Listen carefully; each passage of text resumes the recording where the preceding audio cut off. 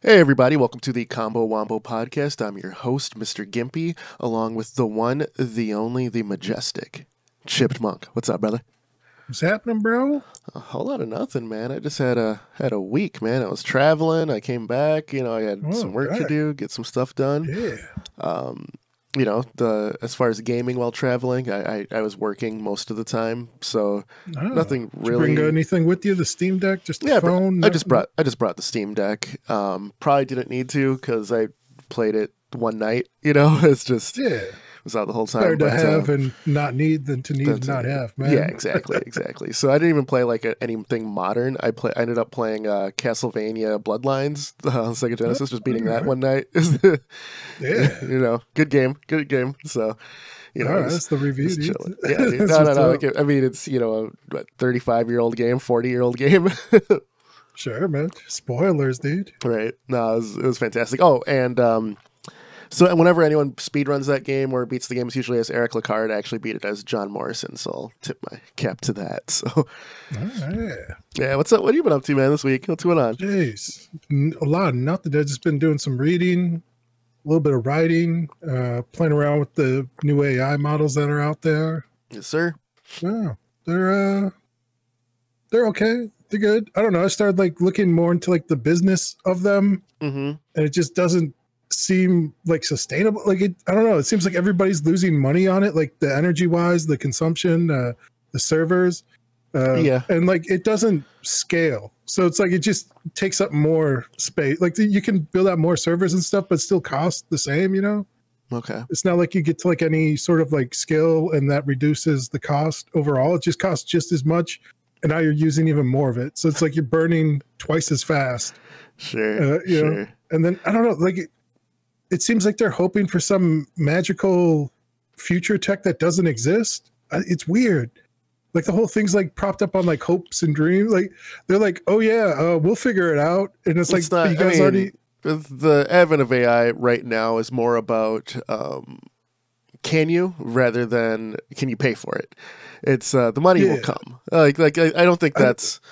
I don't see the can you part though. It doesn't make sense. Who is this for? It's a solution looking for a problem. I don't know. Right now, it's the majority of its users are just regular people kind of toying around with it. And it's I think they're saying almost 500 million people are actively kind of just playing around with it. Sure, but they're not it's not making it. It's just people. That's how you build Skynet, man.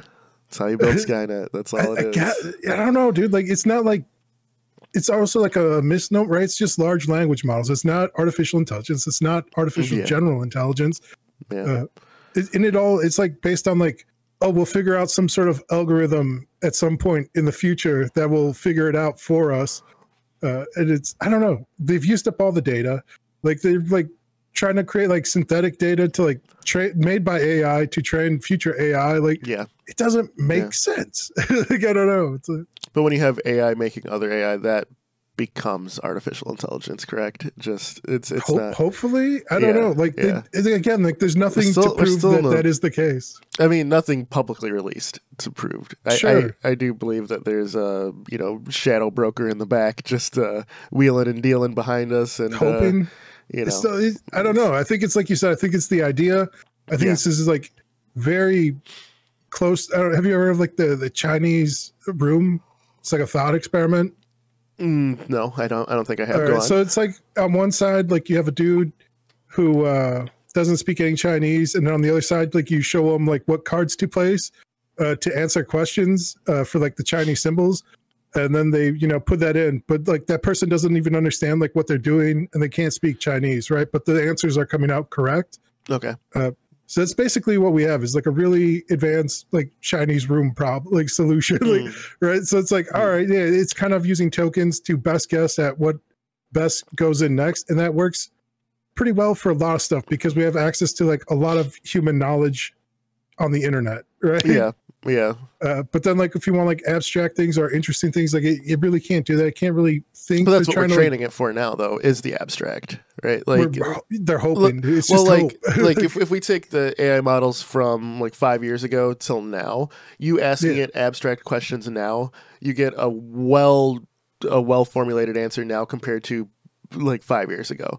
The answer is much more robust. It's much more just there's more of a I don't want to say thought because it's not real thought. There's more processing power. There's more data collected to comprise a response.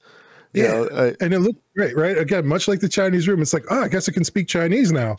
But it's like, again, you're just spending more compute to get like better results, right? So you're like hoping that like...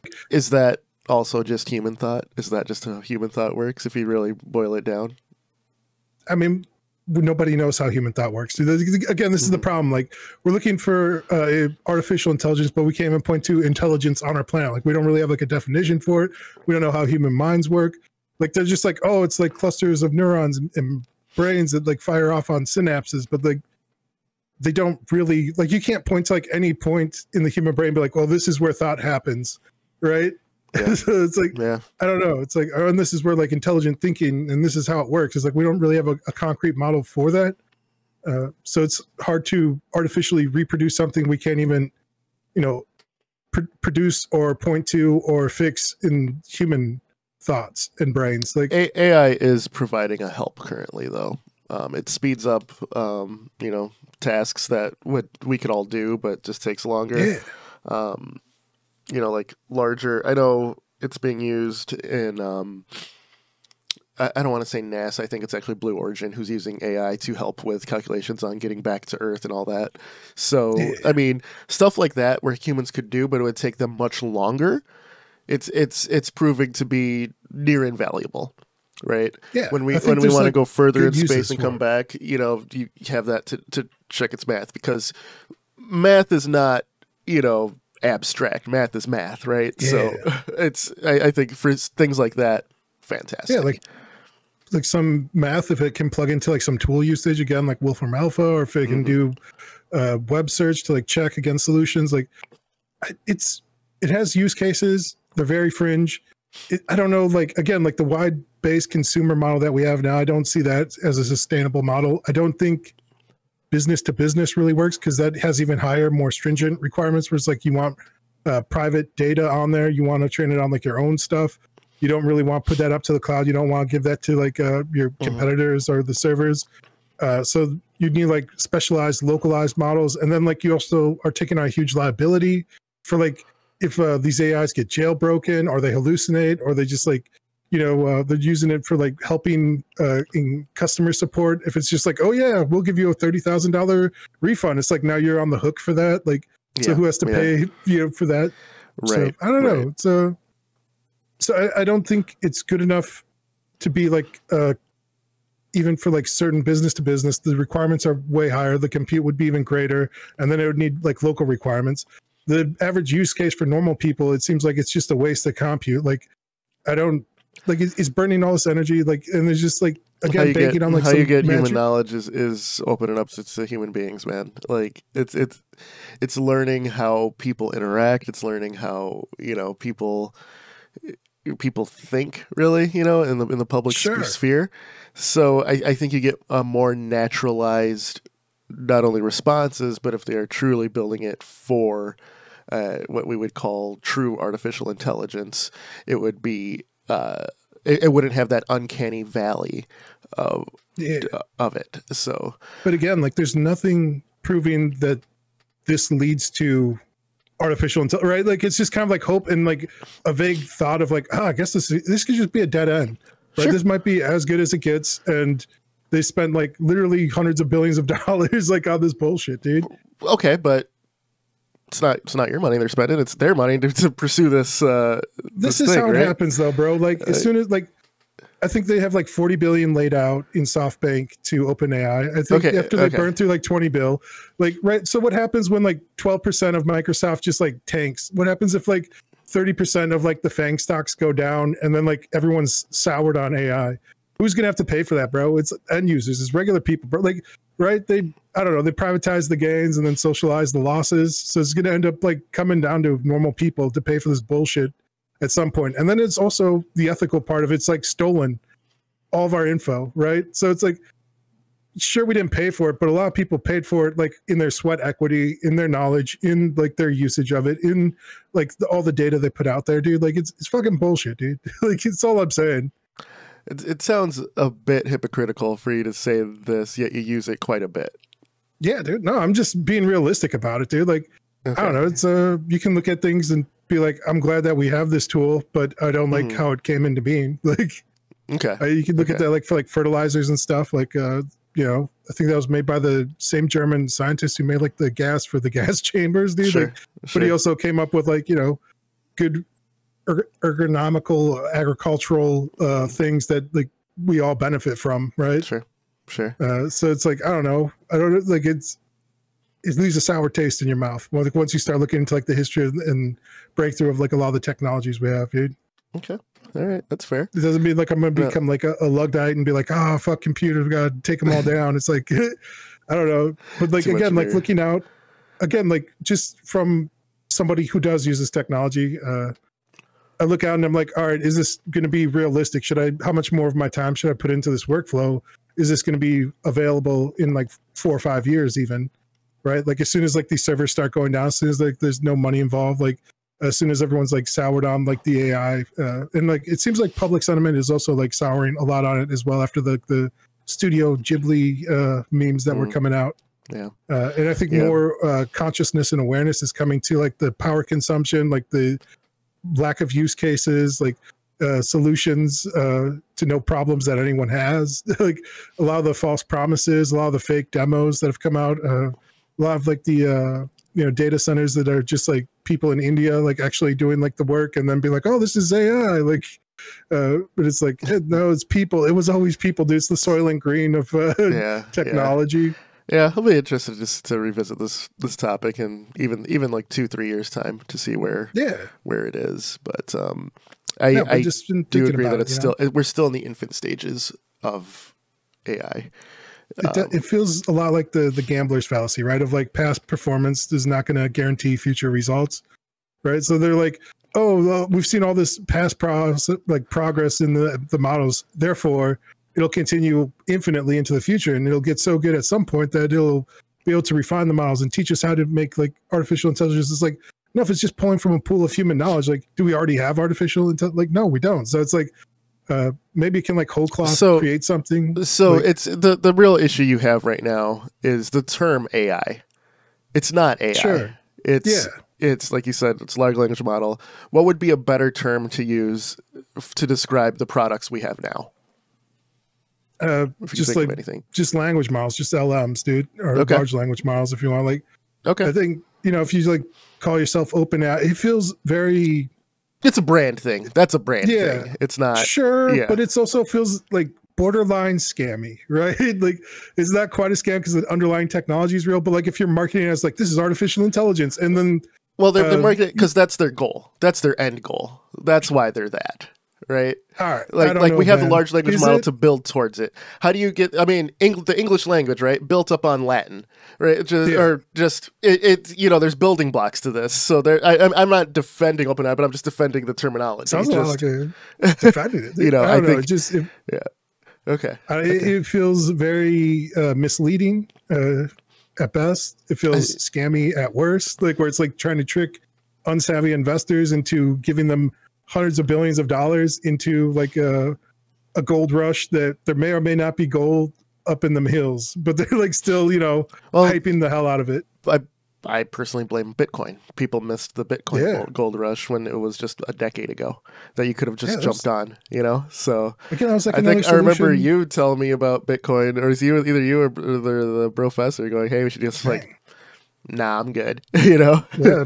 The professor's like always kind of been sour about not getting Bitcoin. And I saw it early on, like the late 90s, like where my one buddy was like out at like visiting him at college, and he was like, there's this new thing, dude, we're mining coins, blah, blah, blah. And I was like, yeah, I don't trust this. Cause I was like, who makes it? Like, what is this doing? He's like, oh, we're just, you know, solving algorithms and mathematical equations. And I was like, for who? Like, what are these, like, what's this math doing? And he's like, I don't know. And I was like, yeah, bro, all of encryption is just mathematical, you know, computation. I was like, I don't trust this, dude. This could be super shady. I was like, are we going to be legally liable if like this is like used to break into databases and stuff, or if it's stealing people's data? Like, I don't know. So so I've always been against it. I look into both of these things as like a Schrodinger's cat scenario, right? It's just like it's probably good. It might not be. You know, it can be both at once. You know, so it's like you said, there are good use cases for it. It seems like a lot of research, math.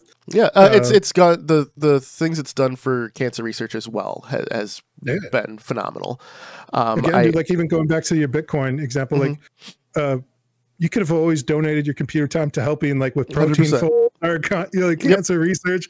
Instead, people are like, I'm going to mine this fictional coin. Instead, it's like, imagine if we just spent the same compute power, you know, trying to solve like those other problems. True. But yeah, man. But to switch gears here, this is a game development podcast here.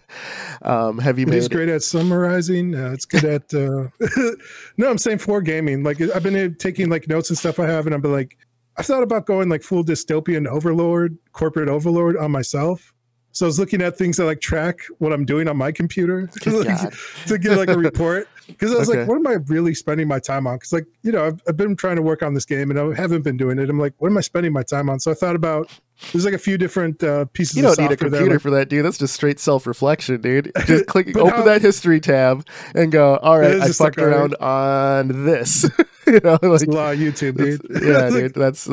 That's all that is, right? You don't need an external program for that. All right. I don't know, dude. You just need an honest lens at yourself. No, dude. Like, what's more honest than like the software that's tracking for me, you know, and it gives me a report at the end. I don't know, man. I don't know if I want to willingly put malware on my computer to tell me that I'm fucking spyware around. On myself, dude. Yeah, exactly. From some corporate dystopian overlord and cyberpunk. Yeah. But you know, gaming wise, you know, I know like I obviously was traveling. I haven't really had time to work on my game, and you obviously went into the AI rabbit hole. But a big release did come out. Oblivion Remastered came out. You know? So I wanted to get your opinion on worth it. Because, you know, my initial thought, like I'm still of the mindset that the 360 wasn't that long ago, but it was, you know, it's like 07 or whatever, 06 when it came out. So, you know, it's about almost 20 years. Exactly. How do you feel about the remaster itself, but also the shadow drop of going, hey, one day it's like, hey, Oblivion Remaster's real. The next day, hey, it's here. And just kind of, you know, jumping in and aping all the potential dollars from that. That's the thing is indie devs that I saw on the Twitter sphere were going, oh, I hate shadow drops like this because it takes eyes away from our game. My thought is if there were no eyes on your game already, it didn't take anything away. These are imaginary potential dollars that you have if you didn't do the marketing for it, right? So I think that's one of those things. It sounds harsh, but I think it's one of those, you know, glass half full kind of things. It's like, okay, a big release came out, but you weren't competing with them. Like they're not competing with you in the first place. They don't know you exist. You know, it's like no one's walking around going, I got $40 burning a hole in my pocket. Let me try, you know, Pizza Delivery Man 7, you know? So that's my thought. What's your thought on this, on the Shadow release and the fact that they remastered a game that I seeing the remaster, the graphics do look a lot better. I mean, it's the same Elder Scrolls jank as stuff that we always get, but just your thoughts. It feels like this has been like something a lot of mega corps have been doing. It's not even their A team. It seems like this is stuff they usually put out to other teams. Usually, So we saw this with like Warcraft Remastered. We saw this with Command and Conquer Remastered. Very recently, Ninja Gaiden 2. Ninja Gaiden Black 2, I don't know. It's not it's not like an either or type of situation. It's not like, oh, if they're working on this, they're not creating new IPs or working on the next thing. So I think it's whatever, man. Like personally, you know, Oblivion was a long time ago already. It's nice that they did it. I haven't played it or looked into it too deeply. If you don't like it, don't buy it. I think I don't know. I don't think, because we thought this for a long time, especially with like Capcom, where they started doing remastered of older titles, where we're like, oh, if we support this shitty one, then they're going to make the one we actually want. But then all we really did was like show them like, oh, you're willing to pay for like the lowest quality thing, so we're gonna make more of those. No. Capcom, they're doing full remakes though. They're not just remakes. Yeah. So they're like Bionic Commando and all this other stuff. And, yeah. But then as soon as it stopped making money, they just closed down all those like third-party studios. Stopped funding them.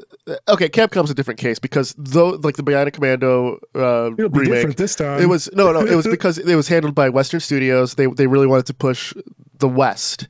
And it didn't work because they didn't have any oversight, and these Western studios did not know what made the original IP good. Yeah. I personally liked the new Bionic Commando. It was a little long in the tooth in some aspects of the game, but they nailed the grapple mechanic. I didn't agree with the character design of Spencer in that game, but they nailed certain things that if they had like a firmer hand guiding them, I think that game could have been incredible. There lacked a like movement challenge in that game. Like the swinging was fun, the bionic arm was fun, but you needed like one of the things that highlighted the old games and the 2D remakes of the games was it took skill to swing on your bionic arm, right? The newer game, there was no skill to it. It was just point and click, basically. While I did enjoy it, I can acknowledge that they needed to have the skill requirement to traverse with the bionic arm. But that's just me. But a little bit deeper here, like going into remakes and remasters, like do you think they should try and modernize like the mechanics and stuff behind it to like what is like people have come to expect with like the newer type of games like Starfield and stuff? Yes. From a macro perspective, and you're not remastering it so these people who already played and enjoyed the game for them to rebuy it. You're okay, let me say remake instead. That you're remaking it, because remaster is just a coat of paint over the existing game. A remake is from the ground up. So with these remakes, you want not only the old fans to rebuy it, but more than anything else, you want new fans to come aboard. This is why the Resident Evil remakes do so well. Resident Evil 2 is widely considered the best Resident Evil ever. My personal favorite is 3, but my personal favorite from a story perspective is Code Veronica. So if we're like, you cannot just put a coat of paint on Code Veronica right now and sell it and expect it to do gangbusters. They already had an HD like up-res, and the gameplay, while I enjoy tank controls and the Resident Evil 1 remake on the GameCube, which used tank controls, but they modernized it as well, so it wasn't a 1-to-1. It was like this weird like 1.5 remake, but no one's ever done it before. I think that game is incredible, but they're clearly going to do a Resident Evil remake again in the style with the behind-the-back camera. But that being said, Resident Evil 2, Resident Evil 3, Resident Evil 4, they all kind of adopted the Resident Evil 4 style, and it really works because Capcom understands what makes those games fun, and it's because it's an internal studio doing it. When you give it to a third party, they could be the biggest fans in the world, the exception being like Sonic Mania. That team knew exactly what made Sonic, even more so than Sega did, but that's the exception to the rule. So I think that when you're doing these remakes, yes, modernize it. Even if myself as a fan probably won't like it, give me the option, if possible, to roll some of that back. Right, just make that a default. Roll some of it back. I think that's what people really enjoyed about those Oblivion games was all the depth of like all those stats and stuff. It was like very much like spreadsheets in those older games. Then it was like very open worldy, where it's like you could just go and do a lot of stuff that like I don't know. So it's interesting. I don't know. Have you been looking at it? What are the fans saying? Are people upset at it? Like they're just Oblivion is pretty beloved, and the people who love Oblivion are happy to explore the world again. They're happy to explore it with a new coat of paint. So more power to them. I think that's awesome. There was a Oblivion remake going on within Skyrim's engine. Well, it's the same damn engine, just a coat of paint. But anyway, with the Skyrim's engine called Skyblivion, that really. They said they're going to still work on, but with an official remaster, I don't see anyone really wanting to play that. But I think I remember Bethesda gave all those devs keys to the new game and said we're not gonna shut you down. We're gonna let you keep doing if you want to continue. But we made this. If you're still making it, go for it. So they said they're going to still continue. So props to Bethesda. I think that's a real good move on their part too, because they've realized that their community is why their games do so well. It's true, man. I don't know. It seems like they've burnt a lot of good community will over the years. Well, it's some things they do as well, but they you could.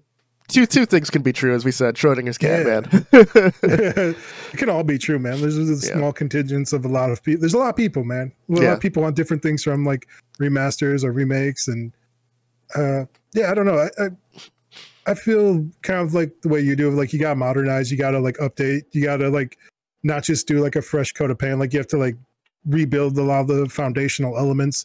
And give people a lot of the things that they've come to expect in modern titles and games. It should try and capture like the essence of the original, but like make it better, like improve it in every which way. Like basically you're making a new game with that IP like at a certain point. Sure. As a remake, I think remasters have their place as well. Some games just a fresh coat of paint is all you really need because the base game is great. How I played through Sly Cooper 2 and 3, I played the original, and then I played 2 and 3 just later on with the remasters on the PS3, and games looked incredible. The core gameplay was just fine. The Jack and Daxter series, same thing. I played 1 and 2 on the PS2, but I never owned a PS2, so it was always me just bumming off a friend, right? So going back and playing these just up-resed, I knew what the games looked like, but you make it a little nicer on my TV, I'm good to go, So I think they all have... I love collections that are also like remasters, right?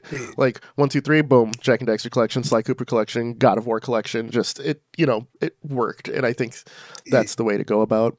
All right, for me personally, I would rather them work on new IPs than spend resources on remaking the old stuff. Well, like what if the new IP is going to take 10 years, but within that 10 years time, you can take like 2 years with a smaller team to up-res your old stuff, release it as a pack, re-put that IP in the collective mindset, so that way you have to do less marketing when the new one comes out. A la God of War. No. Like I feel like people know what God of War is, bro. Like it's you're overestimating the newer generation, man. I don't know. They're doing this with like even like GTA and stuff too, right? Where they like drop like those remasters. Well, like those remasters are terrible, like, but yeah, exactly. Yeah. So it can backfire, dude. Like you're like, oh, well, if we spent this, and it'll keep it in the zeitgeist, and it's like, or it could like crash and burn like your marketing and like poison the well a bit, on things. Sure. Yeah, no, so it's like if you're gonna take like a risk anyway, because like these things aren't risk free. Like I would rather them like try out new ideas, new IPs at like smaller studios, not to the same scale, but like maybe in like the same genre of gameplay, and then like use your insights and lessons learned to help those teams and like put in like management people who understand like those types of games and be like, all right, you're making like a 1.5 version of like our older IP, but like in a new setting with new characters and in new stories, Sure.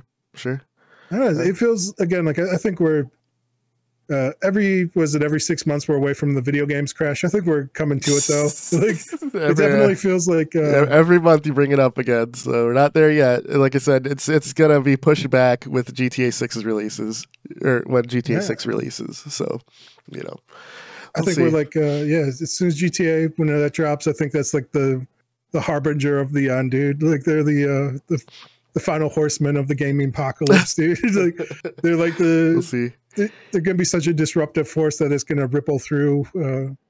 This is the Death Star like blowing up the planet, bro. Like this GTA 6 dropping, dude. Well, on that ominous note, we'll end it here for the Combo Wombo podcast. I'm Mr. Gimpy. That's Chipmunk.